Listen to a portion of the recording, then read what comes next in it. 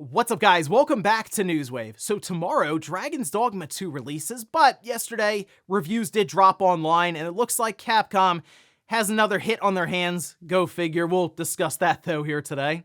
Also, we are going to be talking about Dragon Ball Sparking Zero. That showcase happened, and it looks like we're getting that exciting sequel to the Tenkaichi series that we've been waiting for, and we also may have a breakthrough when it comes to physical media, maybe even for games, allowing us to fit thousands of Blu-rays now onto one disc, but is it too late? Guys, if you enjoy these videos, make sure you hit that like button, helps out a ton, and if new here to the Spawnwave channel, make sure you subscribe down below, and of course, members for the channel do get Newswave early and ad-free. If you want to learn more about that, click the join button down below this video. And we're going to start today with Marvel 1943 Rise of Hydra. This was showcased at GDC along with Unreal and Epic with some new technology that was being shown off, so we can see the trailer here. And this is the game from Amy Hennig, as we had heard previously. It was going to be a Black Panther, Captain America game taking place in the past, and that's exactly what was shown here. But the thing that people really noticed were the visuals. Again, this being showcased alongside of Epic and Unreal with their meta-human technology, and that's the part that was throwing people through a loop, where the characters, as they were talking, almost uncanny valley territory. I feel like it's being shown. These are like cutscenes, whether it's in-engine or not. Still, though, it looked very, very impressive. And I will say the setting, what they're kind of building up here for the plot, I mean, it looks interesting. It looks different than what we've had with a lot of Marvel stuff recently. So I'm curious, and Amy Hennig, I liked a lot of her work with things like Uncharted, so yeah, I'm curious what she comes up with here. But them tapping metahuman from Unreal, this could very well be like a very, very impressive looking game, but we gotta see it actually in-game with someone playing it before we can make that determination. 2025 though, so we're still a ways out. In fact, I kind of feel like this might even be holiday 2025, but still something to look forward to here with Marvel 1943 Rise of Hydra. Also, we did get a bit more information around Marathon coming out of Bungie, and this technically was attached to that IGN story yesterday, but there was so much other stuff to go over. I wanted to separate it, which that alongside of Insider Gaming's info, we can see this posted up, where they say, according to IGN, Marathon will now have a selectable cast of heroes rather than custom player characters. Now, we do have Insider Gaming, who has shared sort of the gameplay loop. You choose your missions, you buy or choose your loadout, perks, abilities, gear, drop into a server, hunt for loot, complete missions, explore, find secrets, extract, spend experience on updates, repeat. The hero shooter aspect to it, I kind of would have preferred the idea of just building your character from the ground up, customizing with all kinds of stuff you find, then you extract successfully, and you get all of that stuff. And the idea of picking between a cast of characters, their own personalities, I don't know, the hero shooter stuff has kind of waned on me a bit. Maybe that's what it is, but this definitely took away some of my interest, I'll say, in Marathon, but it already sounds like there's some issues going on in the background for the game. So again, I guess next year we'll see more about this one. But yeah, moving to the hero shooter stuff, it's not really something I was excited to hear. Oh, and we had talked about Konami showcasing the Metal Gear Solid Delta title screen at their presentation. Another thing they talked about, though, was the Master Collection Volume 1, as well as Volume 2, which we can see this over on X. This was translated for us, saying the titles and release date of Master Collection Volume 2 have not yet been decided, so please wait a little longer. Now, look, they can pick all kinds of different Metal Gear games to go in there. The one they should be prioritizing, though, is 4. Metal Gear Solid 4, still stuck on the PS3. I know you can emulate it on PC, but like in general, that should be a game that's just out there to all consoles so more people can play it. The fact that it's still stuck on the PlayStation 3 to me is just like criminal at this time. It's a game that I know is already contentious with the fan base, but again, more people should be able to experience it, and I hope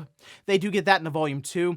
Data mining did show that they had 4 and 5 in there.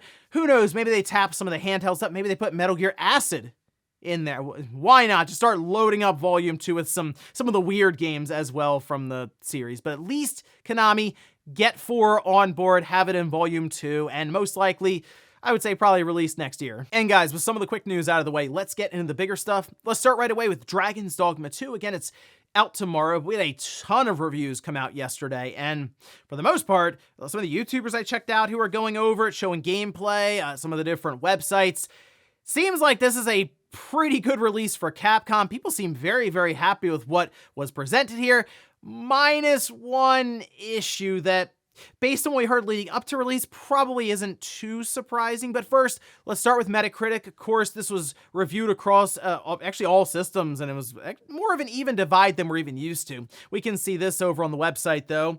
With the PS5 getting the most reviews, 56 of them, coming in at an 87.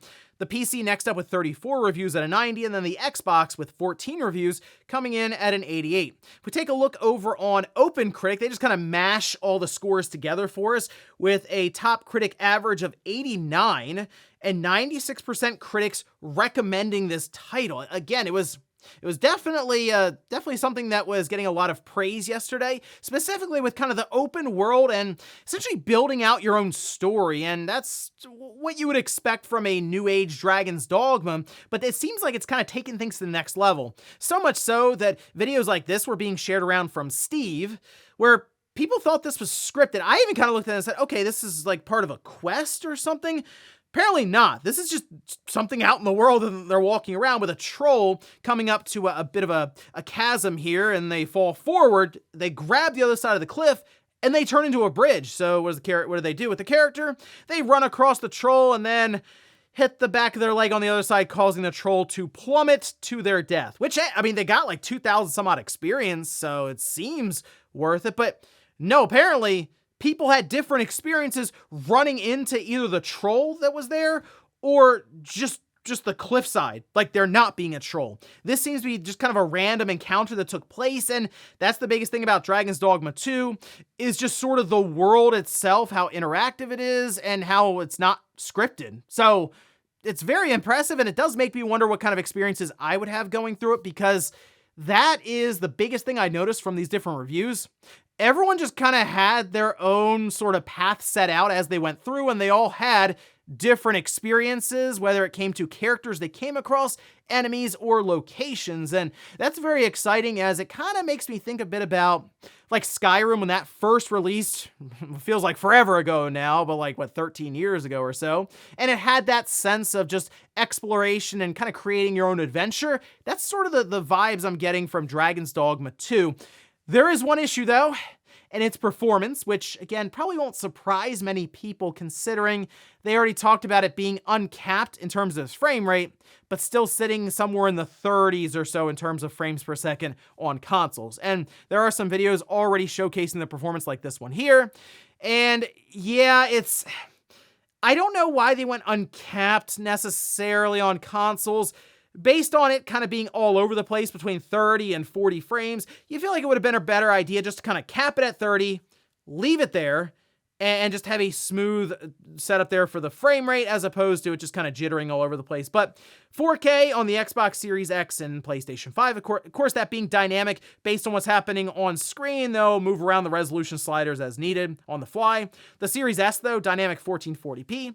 Not too bad, to be honest, for that little system there, still bringing in anywhere between 30 and 40 frames per second. Of course, on PC, you can use DLSS, all these sorts of things, just to try to get that frame rate up there, which people with nice cards like a 4080 and an i9 is being showcased here in this video are able to get above 60 frames. So if you have the components, you should be able to still get a good experience out of this game.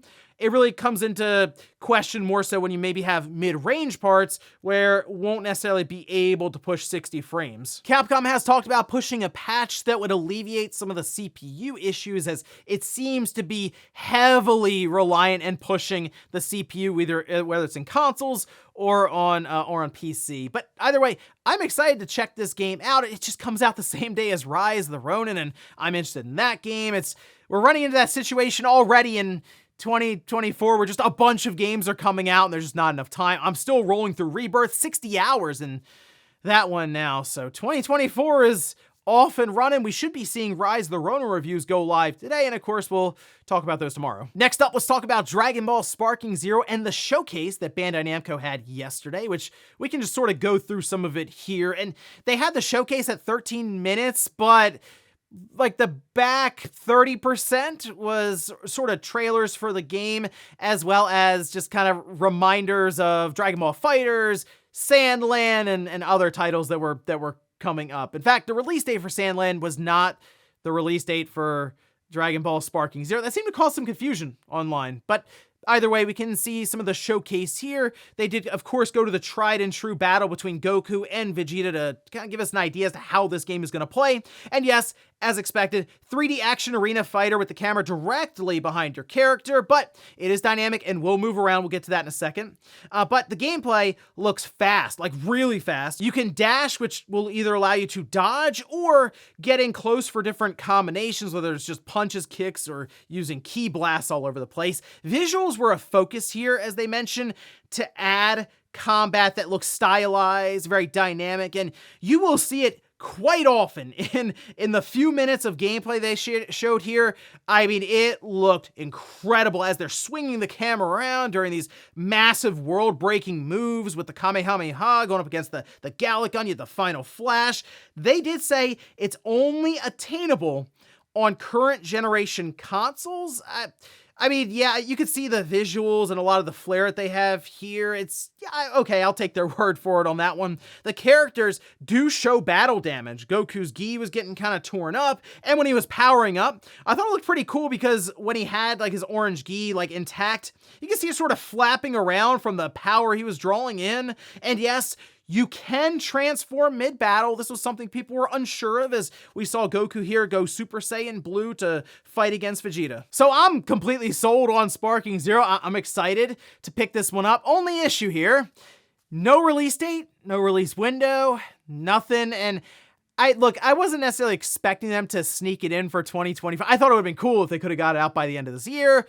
But the fact that they didn't even give us the year, really anything here, or just like push it out there, say, okay, it's coming 2024, 2025, or just, I'm thinking this is a game we're probably going to see next year, but maybe first half of next year. I could see something like that. But at least what they were showing, gameplay, visually speaking, they had the counter in there. It looked like a blast. It looked like Tenkaichi, what I really wanted to get a new version of here. So exciting stuff, and I assume they're going to have more and more showcases as we go along, maybe to show off some more of the story stuff. Maybe they'll have different what-if events, new characters. There's a lot of things, of course, that they could go over here. So we'll keep an eye on Bandai Namco and some of their upcoming announcements for Dragon Ball Sparking Zero. Next up, let's talk about a breakthrough when it comes to disc-based media, because for a while, we've pretty much been just sitting with Blu-ray discs, which, I mean, we're kind of outgrowing those, especially when it comes to games that eclipse the 100 gigabyte mark. It's either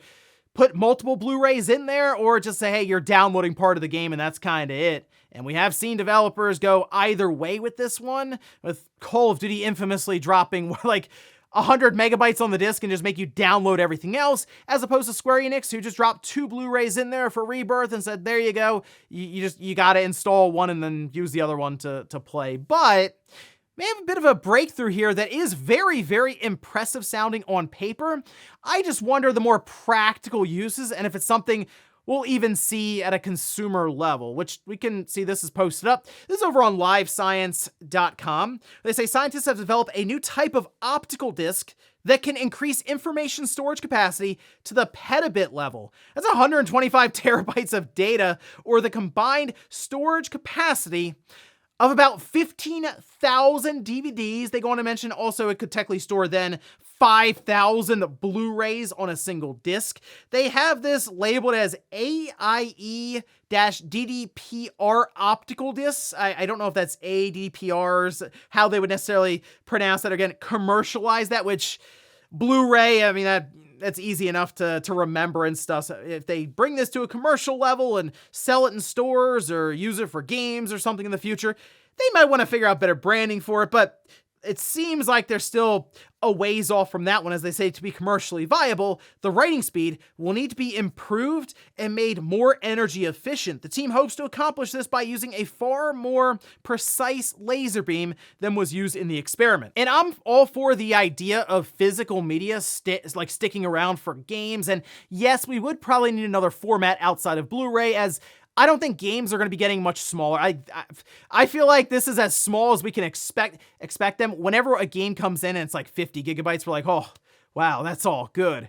Which is crazy to think considering it wasn't that long ago we would just get one DVD with an Xbox 360 game on it. So yeah, this might be overkill, where it's like, oh, you can fit 5,000 Blu-rays, terabytes of data, but who knows where we'll be in 20 or 30 years. But my biggest thing here is, does it make sense for Microsoft, Sony, sure, we'll throw Nintendo in there, when we clearly see the market continue to push more and more digital?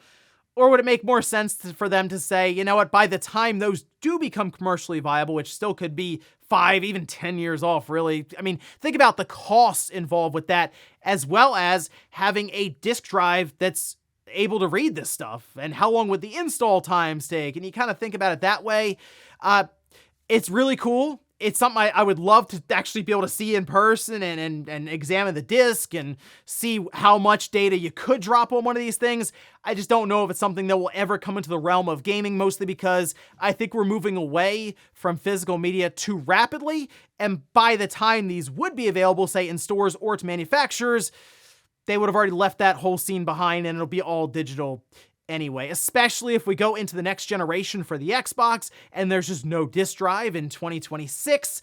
And that honestly wouldn't shock me based on some of the recent comments from Phil Spencer when it comes to just finding manufacturers to create the Blu-ray drive itself. Or who knows, maybe I'm off and these actually become commercially viable to the point where we can keep physical media going forward and data storage won't be a concern when it comes to actually shipping these games out. We'll see. And in our last bit of news, let's talk about something that was pretty cool to see, I feel like anyway, pop up online, and that's the revival or relisting of Alpha Protocol. I'm not here to tell you that Alpha Protocol is an incredible game, but it's at least an interesting title. And the fact that it was pulled down off of stores on PC for Steam and it not being backwards compatible means that it was pretty much left behind on like the Xbox 360, the PS3 generation.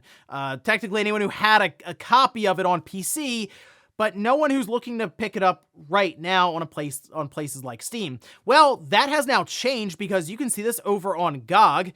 It is now available. In fact, it just came back yesterday, and it's even discounted 10% down to $17.99. Well, there's an entire video that's 18 minutes, and it kind of goes over its revival process, it coming back, and this was posted up over on Racefic, and this is pretty cool to see. Again, having games come back after essentially being delisted and almost lost to time for current platforms is only a good thing. Again, I know Alpha Protocol, not exactly a Game of the Year contender or anything, but it was a different game, is what we'll say. And I might actually pick this one up and load it up on something like the ROG Ally, as it would probably play perfectly fine on that one, barring maybe some issues with controls you'd have to just remap. But yeah, if you were looking to pick up Alpha Protocol, you can do so right now on GOG for 10% off. And before we go to the comments of the day, we're going to take a look at the poll that I posted up yesterday, where I asked, if Grand Theft Auto 6 is locked to 30 FPS on release for consoles,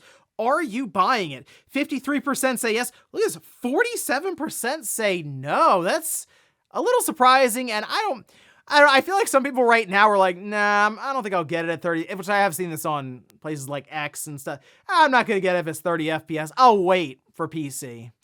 I don't know about that. I feel like when this game really gets shown off further by Rockstar and people are picking it up on release, and there will be some FOMO, I feel like that'll kick in, and people will learn to live, at least for that release, with 30 FPS until it comes out on PC, and then they'll inevitably buy it again. I mean, how many times do you think people have bought GTA 5? Probably a bunch. And it was running at like 20 some odd frames per second when it first came out on the Xbox 360 and the PS3, and it wasn't until much later that we had a 60 FPS mode. But who knows? Maybe Rockstar is able to get this thing to run at 60 FPS just outright on release, and not even just like, oh, it's a special mode for the PS5 Pro, which even that has come up as not even being possible. So we'll see. We don't know a ton about Grand Theft Auto 6 other than that initial trailer that was released, and since then, Rockstar and Take-Two have been pretty quiet about it. So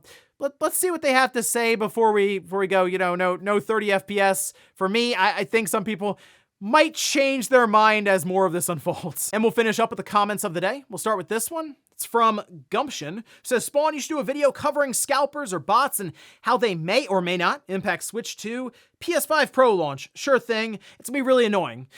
I get excited about new hardware. It's fun, right? Like, we'll be able to check it out on the channel. We'll go over some of the internals for it. But I always think about how much of a pain is that thing gonna be to get.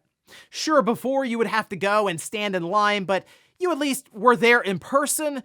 Some of these bots, you just have no shot at it. Like, you see the store page go up, and then it's just sold out right away, or it even gets pulled right out of your cart while you're trying to just punch your information in. So I'm looking forward to the release of these systems, but also I'm not looking forward to it because I know what's going to happen as soon as they go live. The scalpers, the bots, they'll move in and they'll probably snipe up almost all of them. So I am hoping that when these systems inevitably get announced and we hear about pre-orders, that I can just go into a store, whether it's a Best Buy, a GameStop, wherever, just get a pre-order in there and just kind of go in and pick it up on release, like the old days. And then we'll go to a comment from the members video.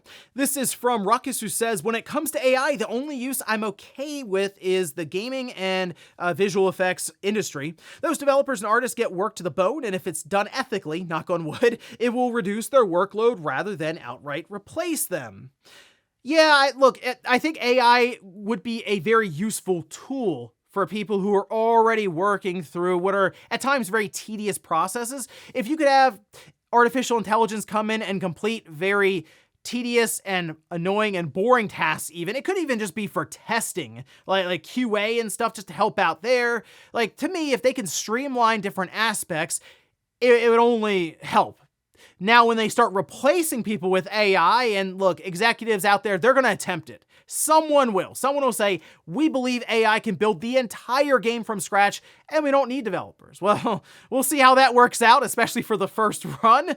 But I think if we don't ever get into that territory, AI would actually be really good for gaming. So it's going to be an interesting couple of years coming up. We'll see how all that pans out. And ladies and gentlemen, that's going to do it here for Newswave. If you enjoyed this video, guys, hit that like button. If not, hit the dislike. Leave comments down below about everything we talked about here today. Was Dragon's Dogma 2. Had some very, very positive reviews for it. Are you picking it up tomorrow? And then also, what about Dragon Ball Sparking Zero? What'd you think of the showcase? And do you think this new format, this new disc that can hold 5,000 Blu-rays worth of data, will ever show up maybe as a commercial product? And will we be having our games stored on them in the future? Thanks, guys, for watching, and I'll see you next time.